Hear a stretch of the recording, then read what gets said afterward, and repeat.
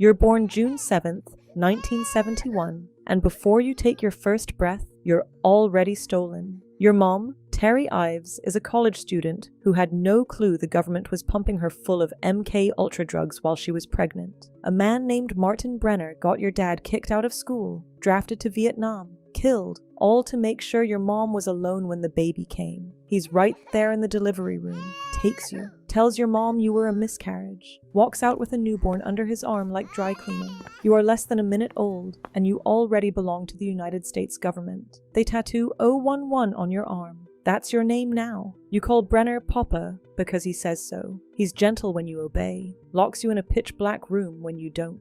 He dunks you in sensory deprivation tanks, trains you to move things with your mind, and eventually has you psychically spying on Soviet agents. You're 8.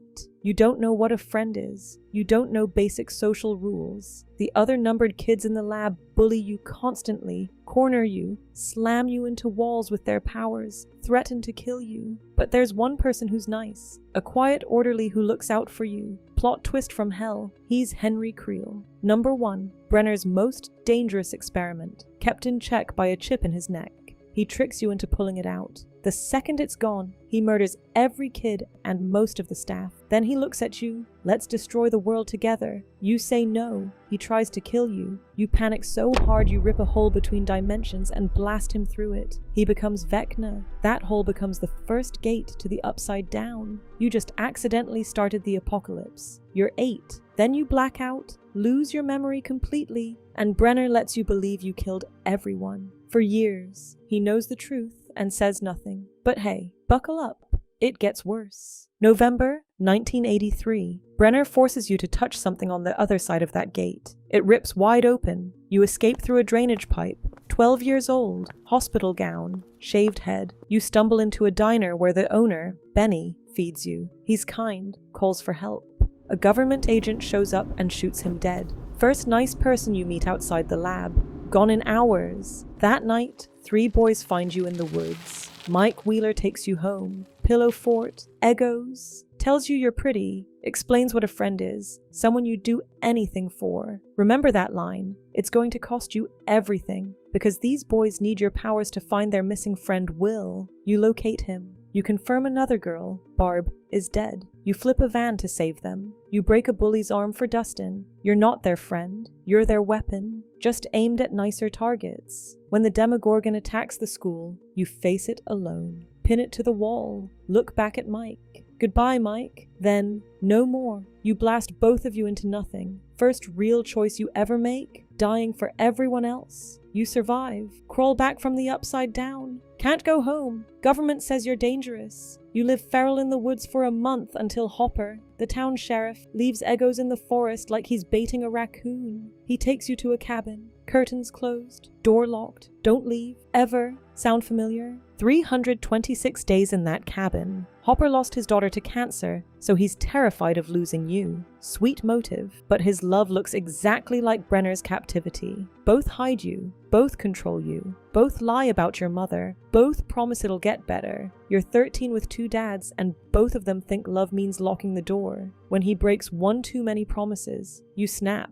You're just like Papa. Blow out every window. Run. You find your mom. She's alive but gone, trapped in a loop, repeating 6 words forever. Breathe, sunflower, rainbow, 3 to the right, 4 to the left, 450. Each word from the day she stormed the lab with a gun to save you and Brenner fried her brain with electroshock.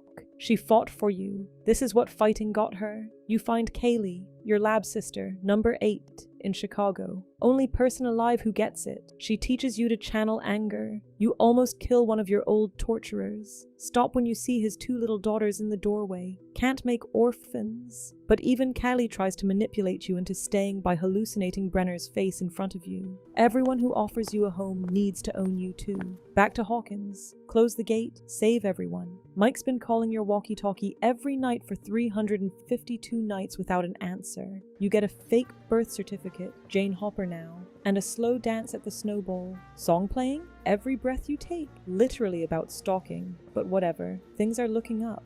And that's exactly when it all breaks. Season 3. First time in your life you're a normal teenager, dating Mike, shopping with Max. First real girlfriend ever. You pick your own clothes, eat ice cream, laugh. Nobody's asking you to bleed. Lasts about 4 episodes. Hopper can't handle you having a boyfriend, so he threatens Mike into ghosting you. Meanwhile, the Mind Flayer rebuilds itself under the mall inside a guy named Billy.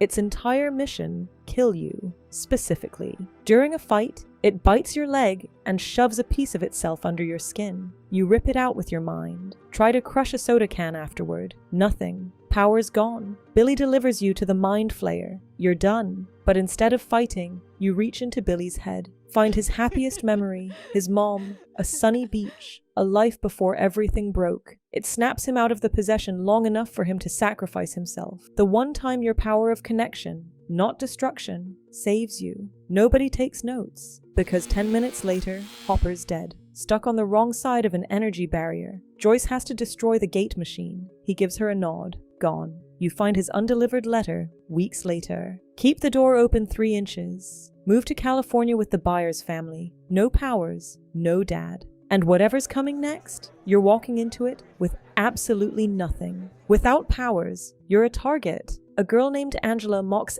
everything about you. Your voice, your clothes, your dead father. You build a diorama of Hopper's cabin for class. Her friends stomp it while everyone watches. You reach for your powers. Nothing. At a roller rink, Angela's crew circles you on skates, chanting, milkshake in your face. The whole rink laughing, the circling. It's exactly how the numbered kids used to surround you in the lab. Same formation, same panic. You grab a skate and crack her nose. Government guy shows up with a deal. We can bring your powers back. Takes you to a desert bunker. Inside, alive and smiling. Brenner. They shave your head again, gown again, tank again. Force you to relive every buried memory. You're back in the lab. 3 years of freedom erased. In those memories, the truth finally surfaces. You didn't kill those kids. Henry did. You tried to stop him. Relief lasts 30 seconds. Then the real weight drops. You blasted Henry into the upside down. You made Vecna. You opened the first gate.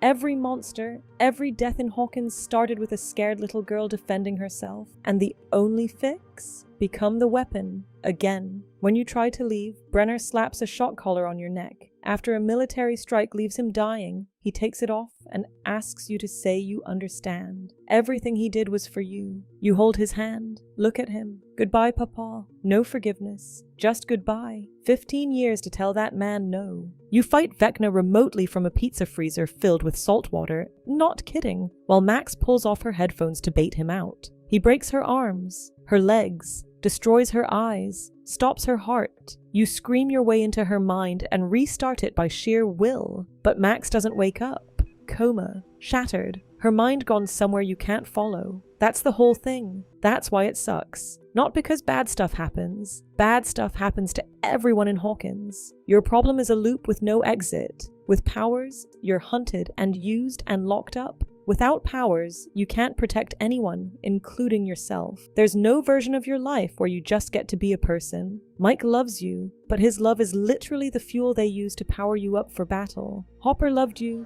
but caged you for a year and bullied your boyfriend behind your back.